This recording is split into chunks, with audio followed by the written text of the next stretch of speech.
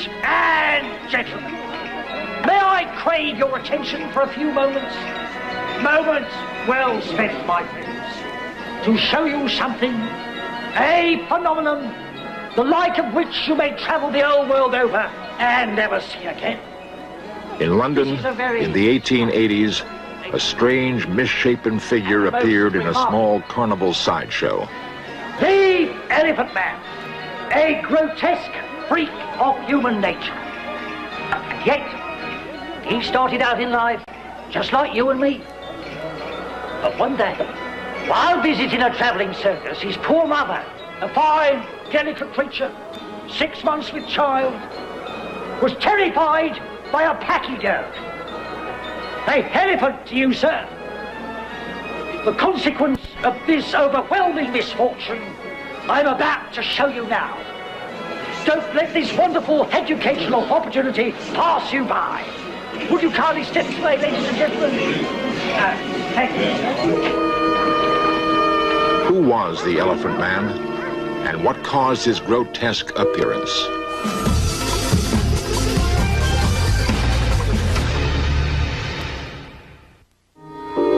In the London of the 1880s, horse-drawn carriages of the rich were never to be seen in areas like Whitechapel Road, which was, as Dickens might have described it, filthy, festering, and overhung with the smell of decay.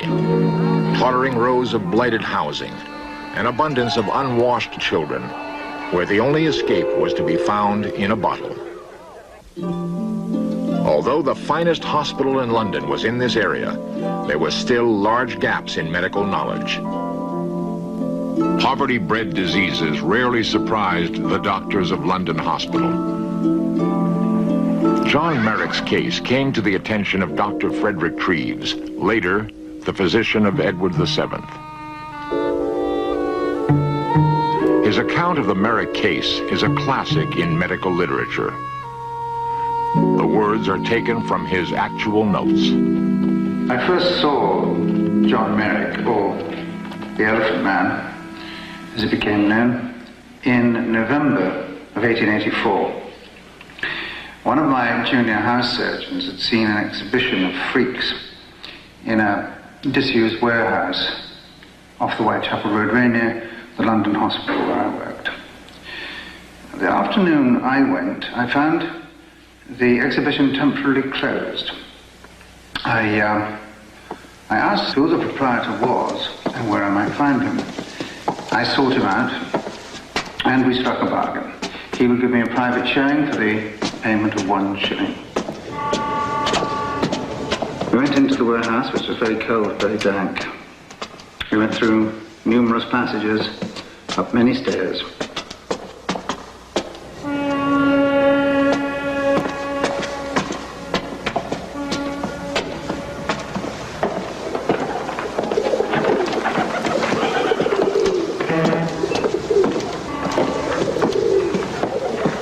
Finally came to the room where John Merrick was sitting hunched in a corner. There he is, Governor. First, I couldn't quite see him. He was just a hunched figure in the distance. And as we got closer, he turned to me and revealed himself to be one of the most disgusting specimens of humanity it's ever been my misfortune to lay eyes upon. The proprietor said to him rather harshly, as if speaking to a dog, "Stand up." This poor man stood up. You know, in my profession, as a doctor, I have seen many gross deformities and mutilations. But I can honestly say, never before or since have I seen a more pathetic, disgusting spectacle than poor John Merrick.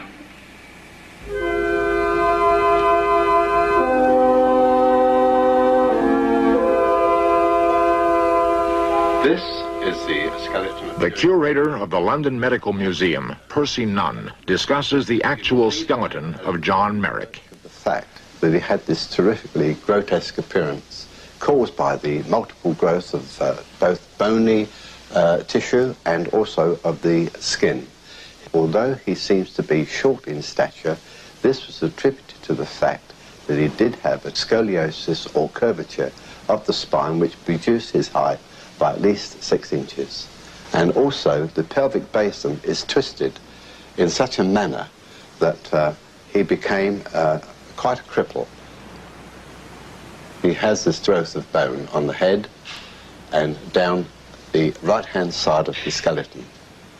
The cast itself was taken when Merrick died, and the cast is a true replica of the way he looked during the time that he was alive. The jaw of the Elephant Man is inclined to the right, and it was here that the first formation of bony growth manifested itself about the age of 4.5 years. During the time he reached the age of 11, the whole of the head, including the forehead, began to show signs of these bony growths. This is a cast taken at death of the Elephant Man's left hand, as you see there. And you will notice that this is almost a normal hand, as against the right hand, which is here, and this is where the disease really took place.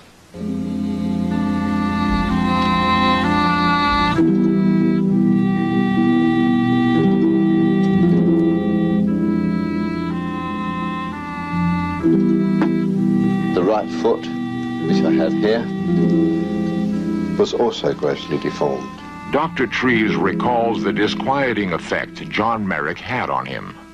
I couldn't get the experience out of my mind. And I went back and I confronted the showman. You don't seem to realise, if it hadn't been for me giving him employment, where would he be? He'd be in the workhouse shoveling stones. When I took him in, he had nothing. I took him in out of the kindness of my heart. I'm a kind-hearted man myself. I've been like a father to him. No, I became very angry. I was disgusted with the way that poor John Merrick was living. He was living in absolute filth and squalor. And he was being exploited by this man. And time had come to do something about it. So we took him away.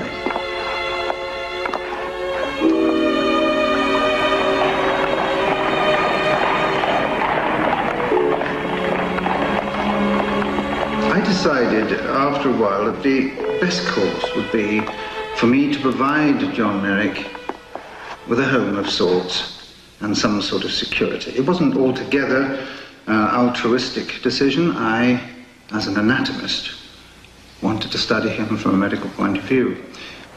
Dr. Treves admitted this man himself. The head nurse remembers. Which I found rather audacious of him, although I suppose he had his own reasons.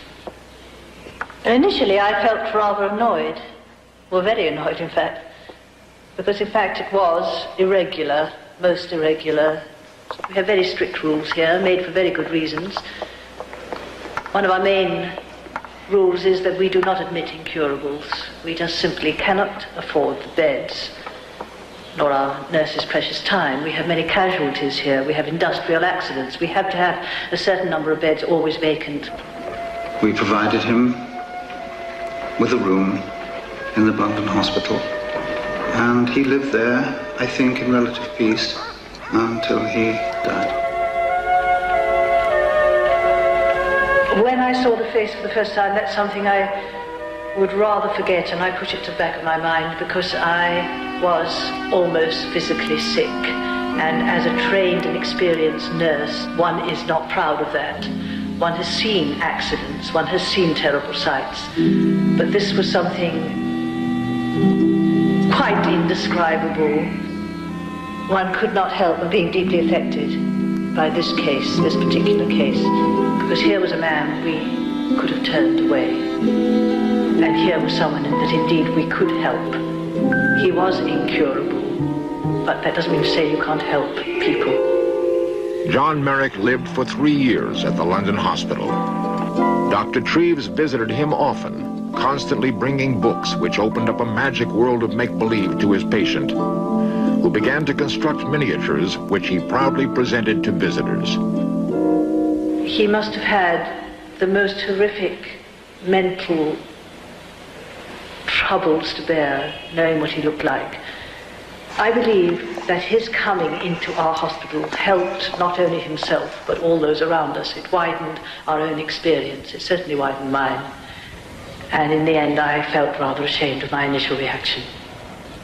The circumstances of John Merrick's death were a little puzzling to us at the time.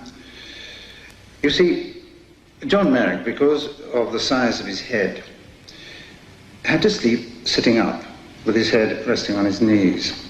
When we found him, he was lying flat on the bed, and as a consequence, he'd suffocated. Now, whether it was a deliberate act of suicide, or whether it was a pathetic attempt on his part to try to live some sort of a normal life and sleep like a normal human being, we will never know. But he was dead when we found him. And although it was tragic and he'd made many friends while he was here at the London hospital, I felt that we'd made the last few years of his life a little better than it would have been if he'd remained where he was. When John Merrick, the Elephant Man, died, he was thought to be a singular, hideous aberration of nature. Yet today, 100,000 people in the United States alone are victims of the Elephant Man disorder, neurofibromatosis. It is John Merrick's suffering that has called attention to their affliction, something society has tried to hide. How does anyone afflicted with this disorder cope with it today? The Elephant Man's disorder is discussed by Dr. Alan Rubenstein. John Merrick, who was the Elephant Man, had an extraordinary case of neurofibromatosis with extensive overgrowth of tissues surrounding the neurofibromas. He really represents one end of a wide spectrum of this disorder. The disorder can range from a benign syndrome in which only a few lesions are present to people who have more severe involvement of the skin and more seriously growths of deeper areas of the body, which can lead to blindness, deafness, and spinal cord paralysis. Neurofibromatosis is not a rare disorder. The incidence is approximately 50 per 100,000, which means that 100,000 Americans are affected with this disorder.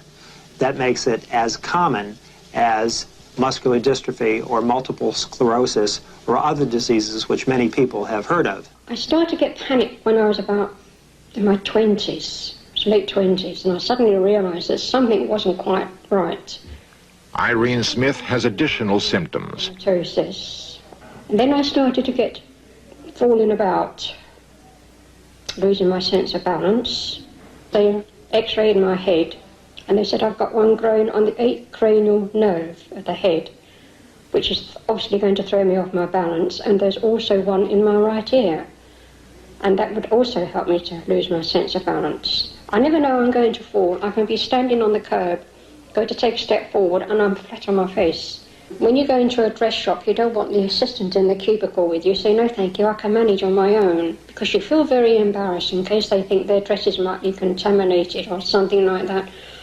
I'm very careful how I choose my dresses. I always make sure that I never buy a sleeveless dress or a see-through blouse or anything with a plunging neckline. I always make sure that my arms are either half covered or fully covered if I can.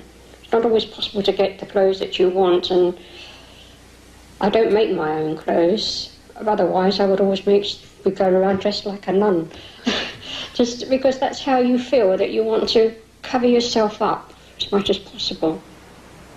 This 58-year-old man who demonstrates the most common lesion in neurofibromatosis, which is the dermal neurofibroma. They are usually multiple, more common on the torso, and usually break the skin and present as multiple nodules, which are usually painless. They can range in number from a few to literally thousands. These lesions are composed of nerve cells and fibrous tissue, hence the term neurofibroma. The disorder is genetic. It's a function of an abnormality in the chromosomes of an individual. The precise location of the abnormality and how to identify it are as yet undetermined. Plastic surgery is a partial answer. Over the past several years, we've done dozens of surgical procedures in which patients under general anesthesia has extensive removal of his skin lesions. And the results in general have been quite good. I used to have many large ones, similar to those that I have on my body, on my face.